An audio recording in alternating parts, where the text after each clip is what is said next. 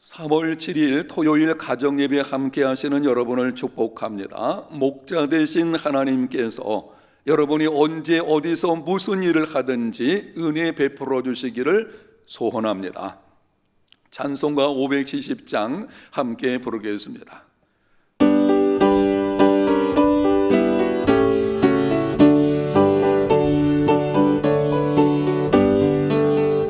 주는 나를 기르시는 목자요, 나는 주님의 귀한 어린 양. 푸른 풀밭 맑은 시냇물가로 나를 늘 인도하여 주신다. 주는 나의 좋은 목자, 나는 그의 어린 양. 저를 따라 꼴을 먹여주시니 내게 부족함 전혀 없어라.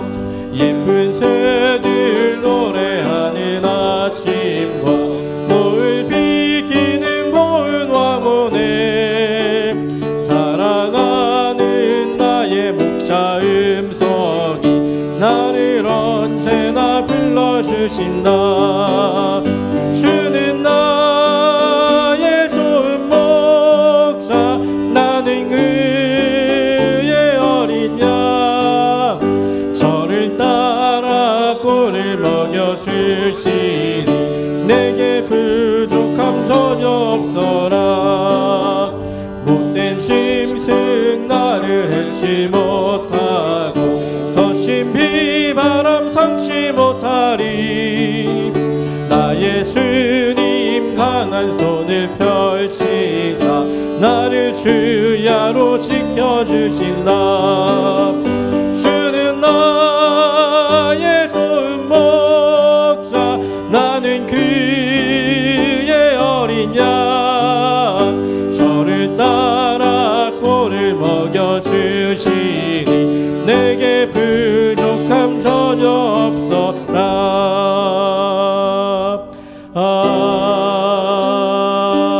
아멘.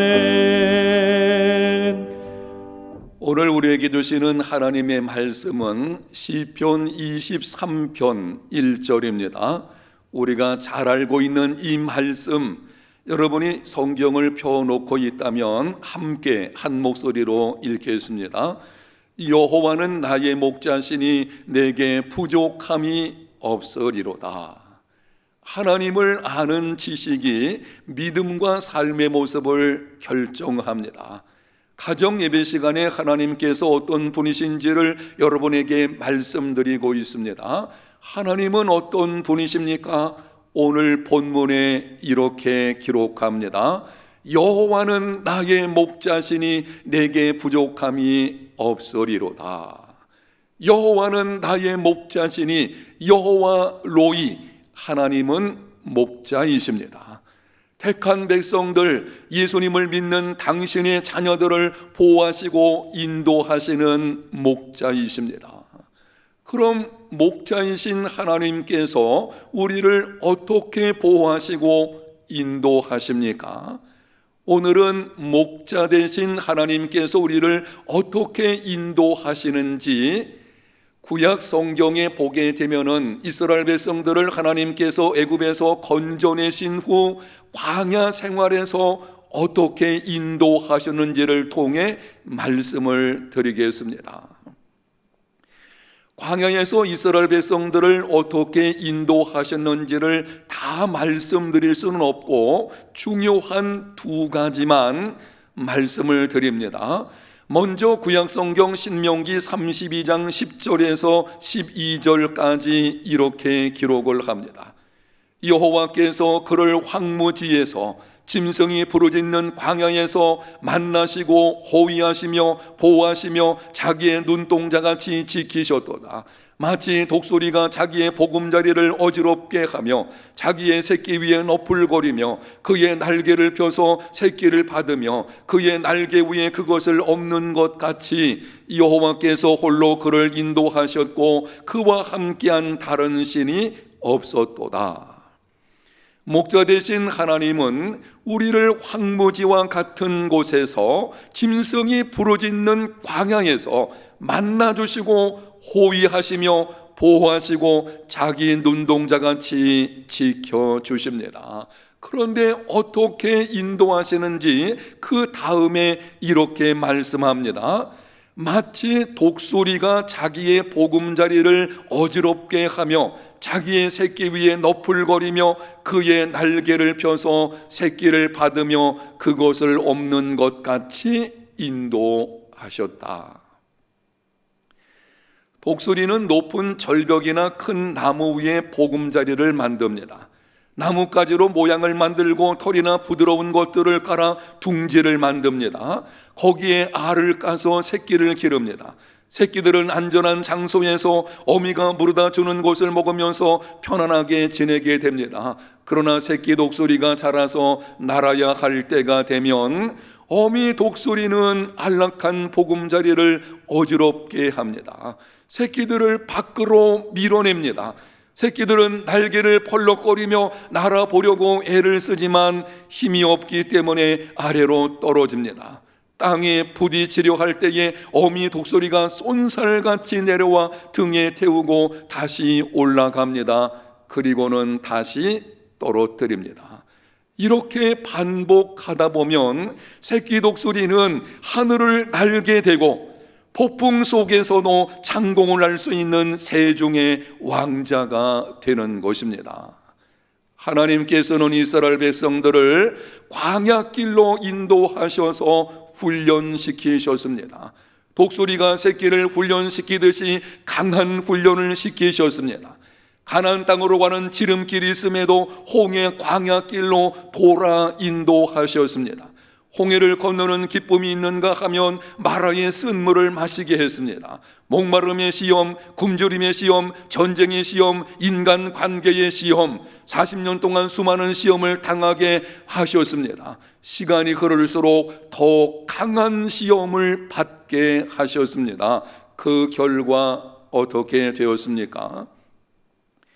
홍해가에서 두려워 떨던 이스라엘 백성들이 넘실대는 요단강으로 담대히 들어가는 믿음의 사람이 되었습니다.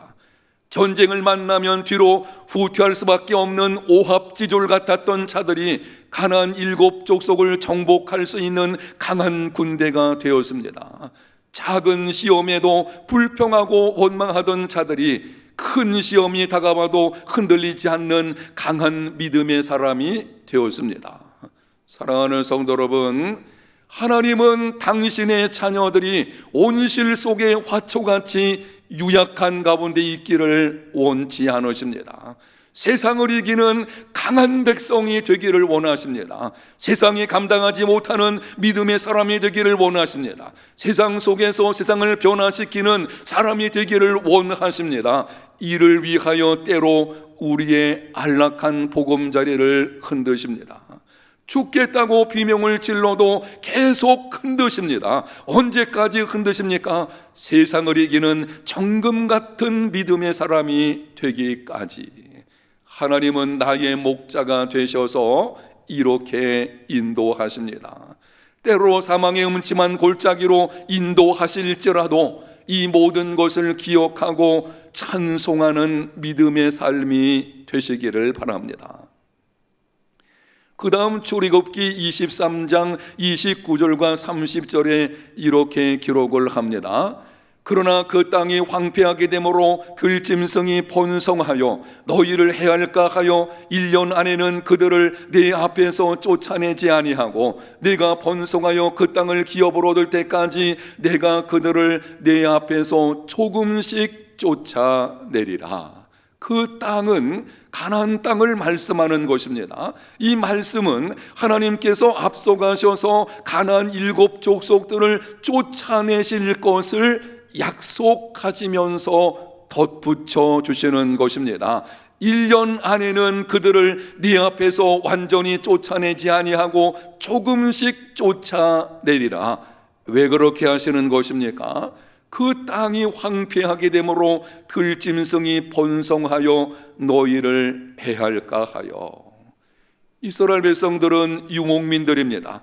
가나안 족속들은 농업에 종사합니다. 그러므로 가나안 땅에 들어가서 정착하려면 적은 기간이 필요합니다. 농사 지을 준비 단계가 필요합니다. 적응도 되기 전에 일시에 가나안 족속들을 쫓아내면 땅이 황폐하게 될 것입니다. 들짐승만 번성하게 될 것입니다. 이를 막기 위해 하나님께서는 1년 안에는 다 쫓아내지 아니하고 조금씩 쫓아내시겠다고 하시는 것입니다. 하나님은 나의 목자가 되셔서 나의 삶을 인도하시되 세밀하게 인도하십니다.